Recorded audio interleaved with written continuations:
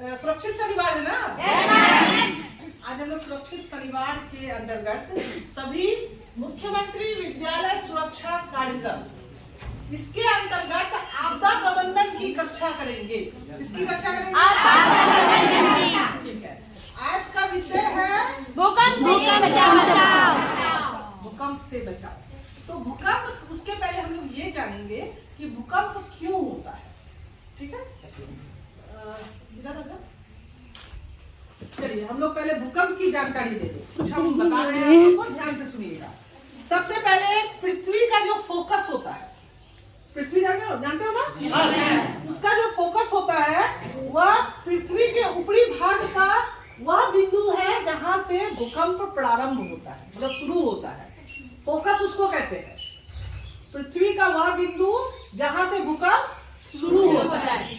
उसके बाद आता है फॉल्ट। फॉल्ट नाम क्या है? फॉल्ट वह टुकड़ा है जिसके साथ भूकंप के दौरान प्लेट का विस्थापन शुरू होता है। पृथ्वी में जो प्लेट होता है उसका विस्थापन शुरू होता है, और यह विस्थापन जो है 1 इंच से लेकर भीषण भूकंप में 10 गज तक होता है। वो प्लेट ही घिसकता है जिसके कारण 10 गज तक। हाँ, 1 इंच से 1 इंच होगा तो कम, 10 गज जब तुम्हारा जाएगा तो भीषण हुआ। भयंकर भी भूकंप होता है ना। उसके बाद होता है नाभि केंद्र। नाभि केंद्र पृथ्वी के तल पर, पृथ्वी जानते हो ना? उसके तल पर वह बिंदु है जो सीधे फोकस के ऊपर है। सबसे पहले मैंने फोकस के बारे में बताया था ना, वो फोकस के ऊपर है। ठीक है, और इसी बिंदु से भूकंप शुरू होता है। नाभि तल से ही भूकंप शुरू होता है। नाभि केंद्र के बाहर कंपन तरंगे जो होती है ना, वो वृत्ताकार होती है, वृत्ताकार में बढ़ती है, मतलब वृत्ताकार मतलब गोल। ठीक है।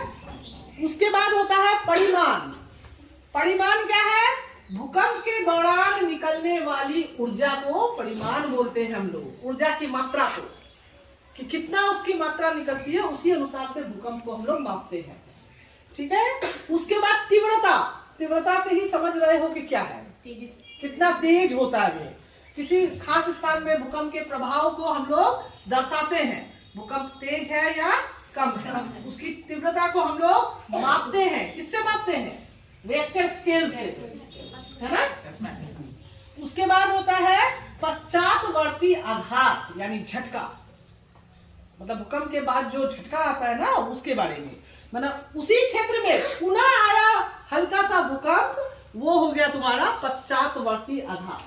मतलब एक बार आया फिर हल्का सा झटका आया, वो पश्चात मतलब उसके बाद।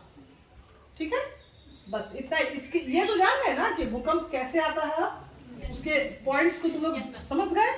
कम से कम ये चीज तो दिमाग में रहना चाहिए ना। भूकंप आया, भूकंप आया, अरे भूकंप कैसे आया, क्या रीजन है, हम लोग ये जानेंगे ना पहले। नाभि क्या होता है, फोकस क्या होता है।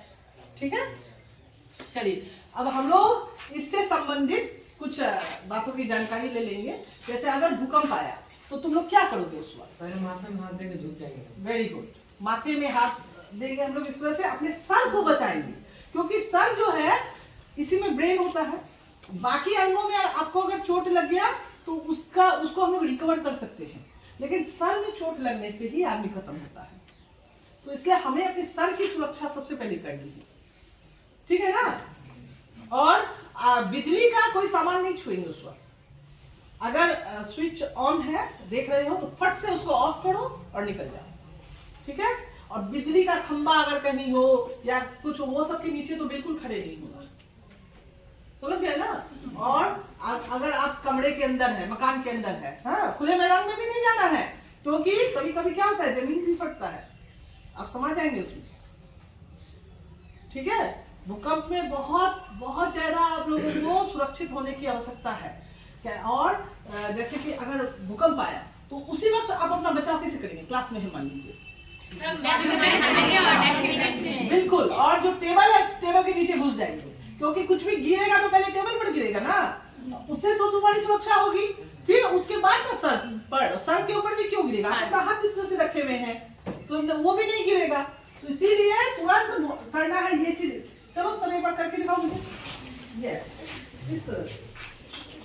और सर को झुका के टेबल है या कुछ जो भी चीज है उसके नीचे घुस जाओ।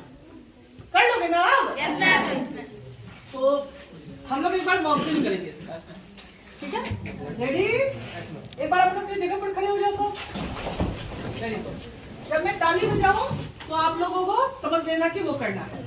चलिए, भूकंप आया।